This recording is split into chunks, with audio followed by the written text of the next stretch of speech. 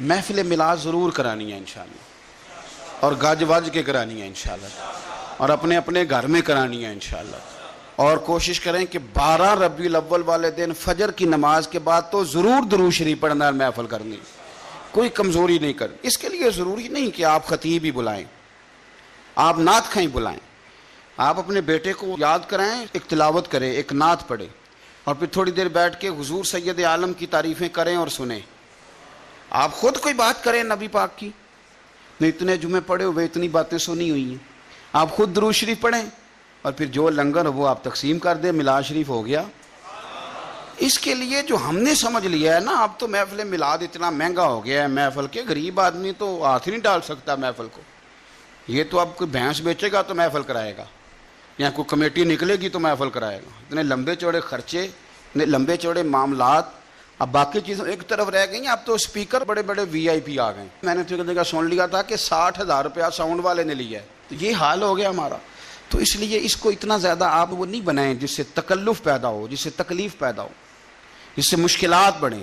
محفل میلاد تو کرنی ہے، اعلیٰ حضرت فرماتے ہیں حشر تک ڈالیں گے ہم پیدائش مولا کی دو، یہ تو ہم نے قیامت تک حضور کا ذکر کرنا ہے۔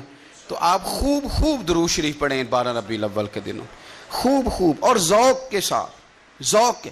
اور میں اپیل کرتا ہوں واعظین سے بھی، نعت خوانوں سے بھی، اللہ تعالیٰ دین کے نام پہ بڑی عزتیں دیتا ہے، اللہ تعالیٰ بڑی برکتیں دیتا ہے، اللہ بڑا نوازتا ہے، اللہ بڑی رحمت کرتا ہے، اور بڑا بڑا اعزاز لوگ کرتے ہیں۔ تو آپ کو اتنا سارا حضور کے نام پہ ملا ہے، تو مہربانی کریں میلاد شریف کے ایام آئیں، یہاں جب آپ کے پاس کوئی شخص آئے وقت کے لیے تو چیزوں کو پیسوں میں تو نہ تولیں۔ آپ دیکھیں آپ کو کوئی کمی چھوڑی ہے، آپ سب سے اچھا کھاتے ہیں، اچھا پہنتے ہیں، اور پھر اس طرح کی چیزیں جب آتی ہیں سامنے تو وہ تکلیف کا باعث بنتی۔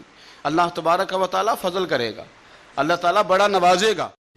نبی پاک صلی اللہ علیہ وسلم کی شہزادی فرمانے لگی، اماں جی حضور نے میرے کان میں کہا تھا کہ فاطمہ ہر رمضان میں جبریل امین ایک قرآن پاک مجھے سناتے تھے، ایک میں انہیں سناتا تھا، اس سال جبریل نے 2 سنائے ہیں۔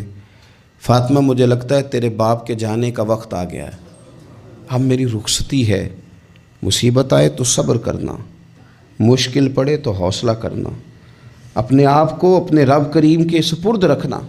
کہتی ہیں جب یہ بات حضور نے بیان کی تو میں رو پڑی، اور پھر نبی پاک نے میرے کان میں کہا فاطمہ میرے بعد جو سب سے پہلے مجھے آ کے ملے گی نا وہ تم ہی ہو، اور یہ بھی یاد رکھنا تم جنتی عورتوں کی سردار ہو۔ فرماتی ہیں یہ بات سنی تو میں مسکرا دی۔ 6 ماہ گزرے حصول کے بعد تو سیدہ فاطمہ کا وصال ہو گیا، صرف 6 ماہ، پورا سال نہیں، 6 ماہ گزرے۔